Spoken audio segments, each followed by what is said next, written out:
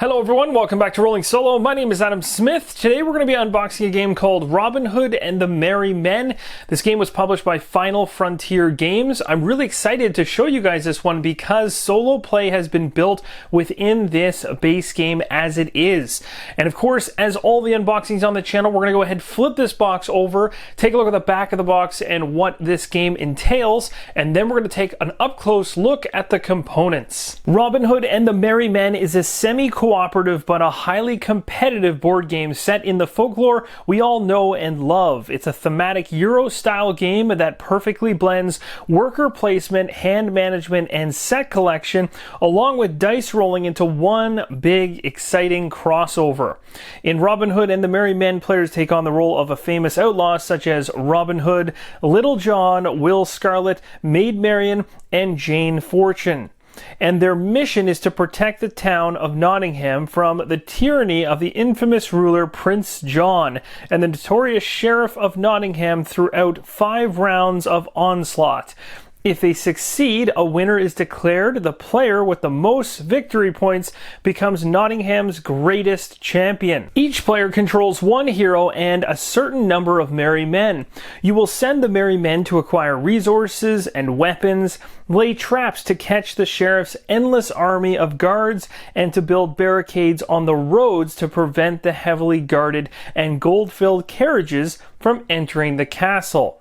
With the hero, you will fight the sheriff's guards, ambush and rob the royal carriages of their treasures, enter archery tournaments, rescue prisoners from the castle's darkest dungeons, and much, much more. Now you can see from the far right hand side of the box we have a listing of the components, but we're not going to go through those as we'll be actually seeing them up close and personal here on camera, but it will draw your attention to the game board, which looks absolutely beautiful, and I cannot wait to actually pull this thing out and show you guys on full screen. And also on the far right hand side we have 3 different game modes here, again mentioning solo as part of the 3: semi-co-op, full co-op, and solo play included. So when you first take the box lid off of Robin Hood and the Merry Men, the very first thing to make mention of in this unboxing, guys, is you're looking at the deluxe version of this coming from the Kickstarter, which was successfully run quite a bit back. Now, I've taken some time to actually unbox this thing, so I'm really excited to do so, but it is worth mentioning this is the deluxe version from that Kickstarter, so because of that, there's going to be some deluxe components that come in this that may not be in the retail edition of this game. So that's worth mentioning so that you know what the differences are. As you can see right here, it breaks it all down on this page. The deluxe components in this edition are going to find things like dual layered player boards, for instance, which we'll see as we go through, and you can actually even see one just kind of off to the side right there. Some of the cubes for resources are going to not just be regular wooden cubes as in most Euros, they'll actually be custom tokens that are still made of wood, but they will actually look the part of the resource they're trying to represent. You also have discs, which will change over to custom traps, so they'll actually look like traps, sticks to custom barracks, things like that. So the representation of the tokens look a little better. You've also got some deluxe characters and Meeples that will show up in the game, and I really think that's a really nice part about the game is the Meeples are actually extremely nice, and these are labeled as Kickstarter exclusive. So that essentially sums up the deluxe components that are included in the game. So the next thing you'll be greeted with is the rulebook. It says semi-co-op mode. So we're going to focus mainly on the first couple pages. You get a gist of what the rulebook looks like. So essentially here, of course, as always, you usually have a nice component breakdown, and there is no doubt about it. This is actually a really thematic look at these particular components. You can even see the art style around the edges of the book. It just looks awesome. So you've got this really cool map over here. Again, we'll show that later on. We've got the Merry Men cards over here, the villain cards. We've got King Richard's task cards, loot tokens, all kinds of other tokens over here, weapon dice, skills dice, printed cloth bags, reputation markers, carriages, traps, barricades, whole bunch of Meeples. Of course, you got some first player markers and a bunch of modules actually on the far right hand side, which I'll bring over here. So you got the Friar Tuck module, which consists of 15 cards and 1 Meeple, Sheriff's Men in Robin's Den module, and you got 18 spies in that one for cards, and then Golden Arrow module, 5 sheriff cards. So that's going to sum up the components. Now I'll give you a quick look at the setup of the game. So it looks like This setup has been talked about across about 13 steps in the rulebook, so not bad at all. So starting with 1 up here all the way down to 13, and then you've got the game board setup. Of course, there's nice numbers pointing out what parts of this game board you're setting up, and then it'll talk about how you're going to set up your player boards. So we'll go through this rulebook so you can get a quick gist of the rulebook, but you can see here there's even some really cool artwork kind of hiding in amongst everything.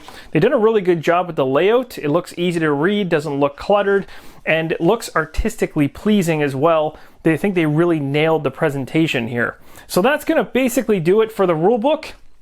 I will flip this over on the opposite side because sometimes there's useful information over here too.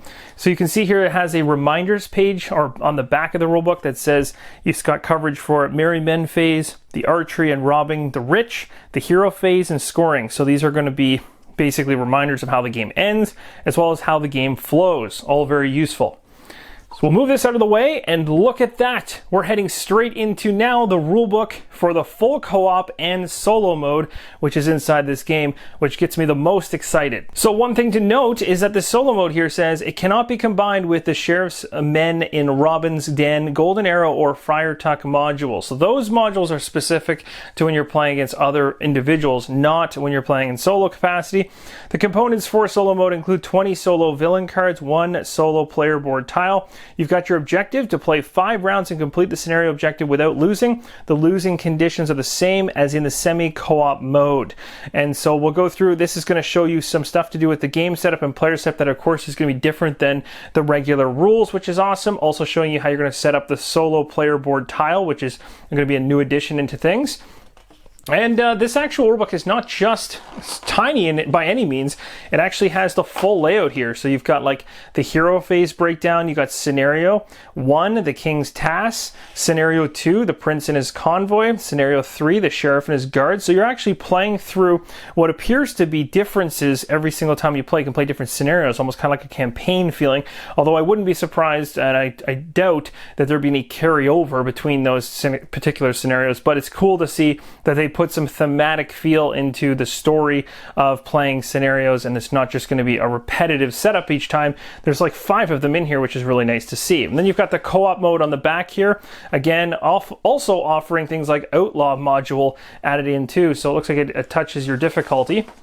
And then on the very back here, we got some other things in terms of, wow, if you want to go to the legend module, you can go to hard difficulty. So if you think you're ripping through the game at a fast pace in solo capacity or cooperative capacity, you can boost that difficulty rate up. So now we're going to get into all kinds of punch boards. Of course, most of this stuff looks like it's already pre-punched, although I can see some that has not been. So let's go ahead and get the box out of the way and we'll go through these one at a time. So right off the top here, we have the player aids. And as you can see here, the Merry Men phase is all listed out on the left. We got the hero phase listed out on the right. Traps and barricades map just in the middle there as well. I wouldn't be surprised if there's something on the back here, and there is.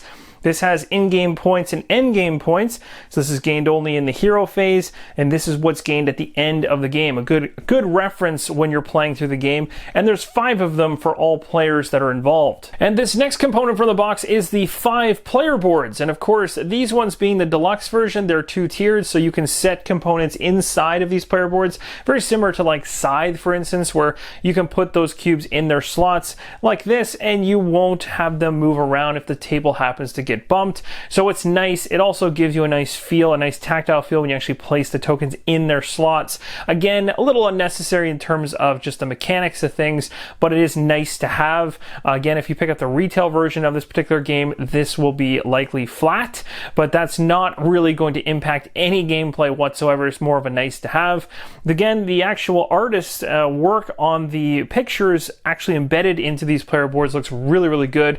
Lines up nicely with the thematic feel of Robin Hood here, and I don't really have any complaints about that whatsoever. The next item inside the box are what's called Ransom Tiles, and that's what you're looking at right now. And on the opposite side of these tiles, there actually is some artwork as well. Next up, we have a sheet of what's called silver pennies inside of the game, and there might be some artwork that's different on the opposite side. Yeah, just a little different on the back side of these coins as well. The next sheet in the box has some silver pennies across the top. We have what are called loot tokens here. these ones with shaded tan color with either, well, silver pennies on them as well, or potential resources. We also have 5 green tokens here, or they're at least labeled as green tokens inside the manual as well. These are VP point markers for 50, and of course if we flip this thing over, they're 100 on the opposite side. You've got white blank ones, possibly for custom use. So if you go ahead and flip these over to the opposite side, you'll now see that these look like loot tokens. You still got the silver pennies up top,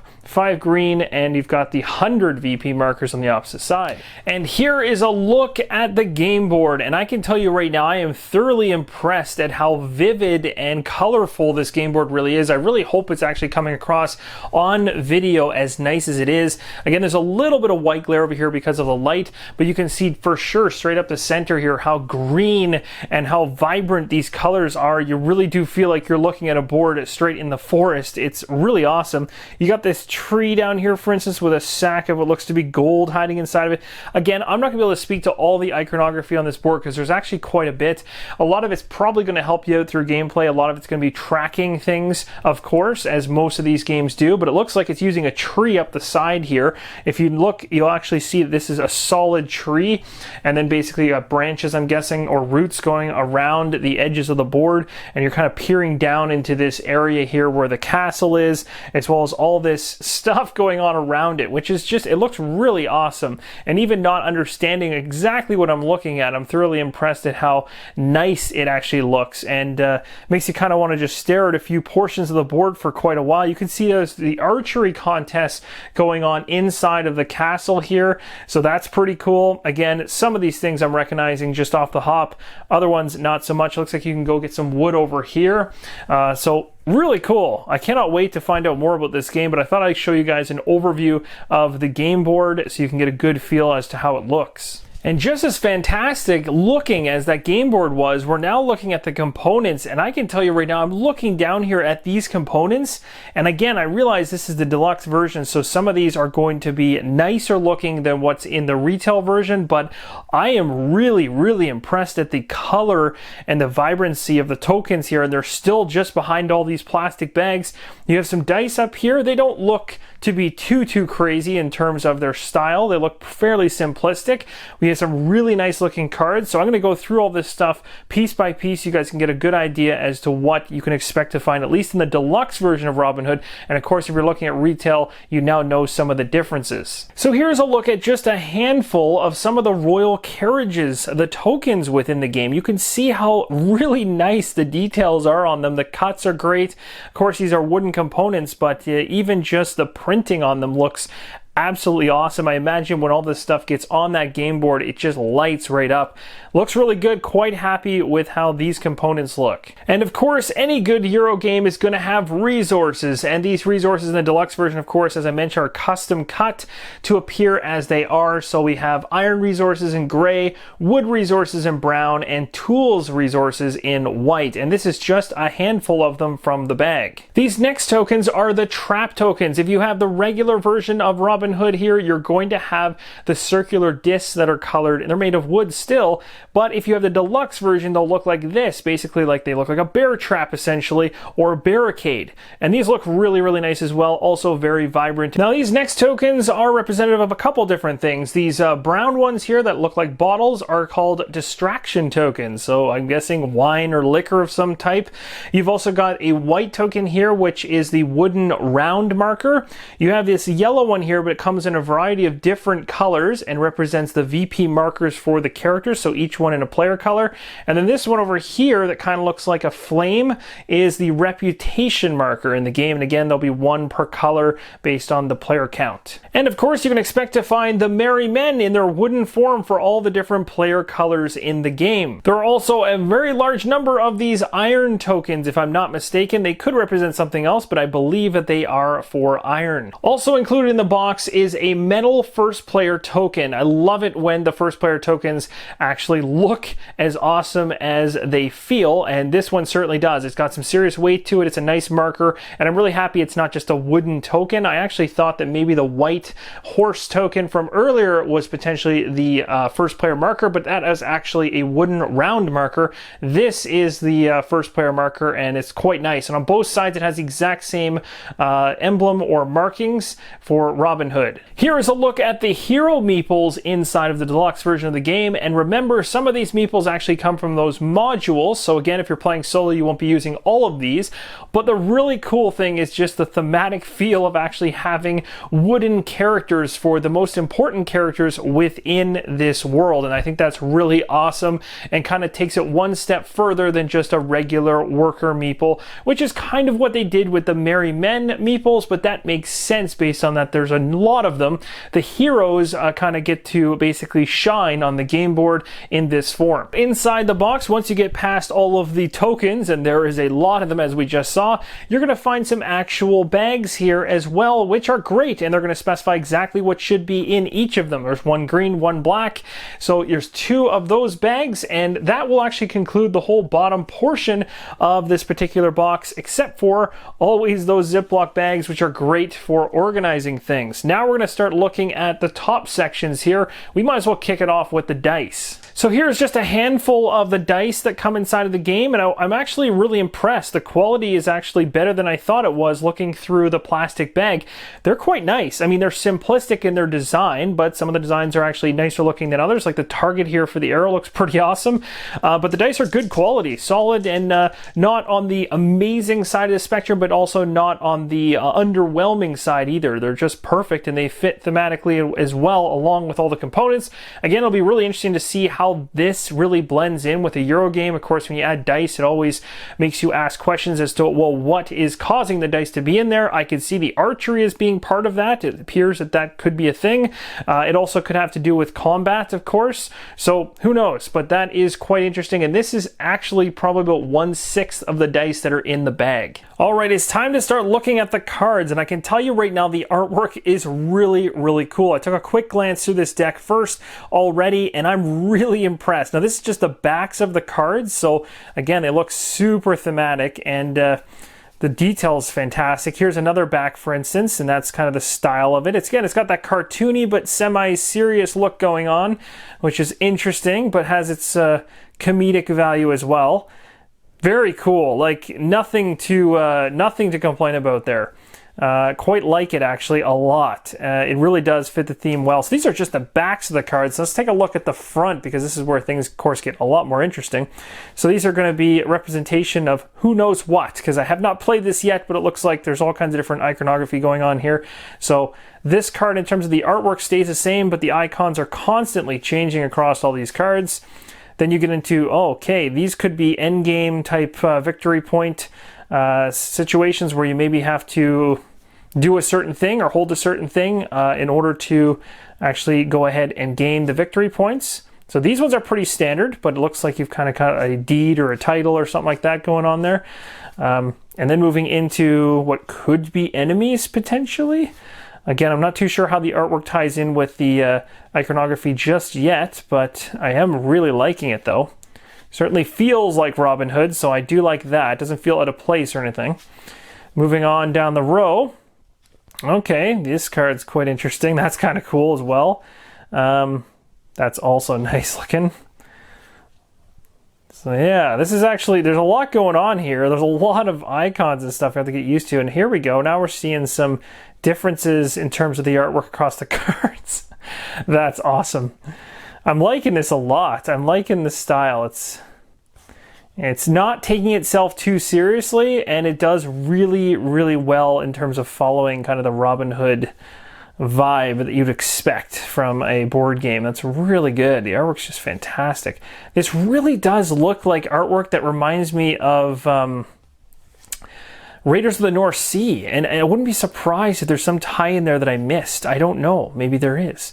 But either way, it looks kind of similar that way. It has that same kind of feel. So if someone already knows that the artists are somehow tied together or something like that, that would be fantastic to know. I can take a look after I do the unboxing, but it sure does kind of look like there's similarities there. So last and certainly not least, we have the backs of this second deck to go through. I just wanted to show you guys what they look like before we start seeing the cards on the opposite side. I'm guessing the artwork is going to be changing throughout these ones quite a bit, because I think these start running into character cards and whatnot as well. So let's go ahead and flip these over and see what they're all about. All right, there we go. So we got Jane Fortune, Little John, nice, Maid Marian, Robin Hood, there he is, Will Scarlet. And then again, I don't know if these are representation of the Merry Men. It looks like they are, or they could be individuals that want to go after Robin Hood. I'm not 100% sure. But it looks like there's going to be some changes of artwork throughout these cards as well, which is good to see that there's a change up there. And I cannot wait to find out what all these icons mean on these cards. But I am liking the artwork. Hopefully I'm showing this with as little glare as possible so you guys can actually see what these cards have for you in terms of whether or not you're interested in picking it up. So let me know in the comments below. What do you think of the artwork? Do you think it jives with you? Do you like it? Do you not like it? What is your thoughts? Because in terms of an unboxing and the components, these are the major things you look at when you're first looking at a game before you actually dive into the mechanics and the gameplay, the flow, to determine whether or not it's something you want. These cards are getting really cool looking as I'm going along here. Some super awesome ones in the mix. But yeah, I like it. I like what I'm seeing so far. It's intriguing enough to me to want to play this. There's some games where I go through and the cards or the graphics or the iconography does not really pull me in as much, but this one certainly definitely has an edge to that style. And you're seeing some repetition here in some of these cards from ones we saw in the other deck. Here's some new characters. Now maybe these ones are tied to the modules and maybe that's why they're near the back half. I'm not sure. So you have some other characters here. Yeah, that looks like these ones probably are tied with the other ones. So there you go. That is the second pile of cards. So this is going to conclude the unboxing for Robin Hood and the Merry Men. I really hope that this was helpful in you making a decision as to whether or not you want to pick this one up or not. Thank you guys so much for watching, and as always, keep on rolling solo.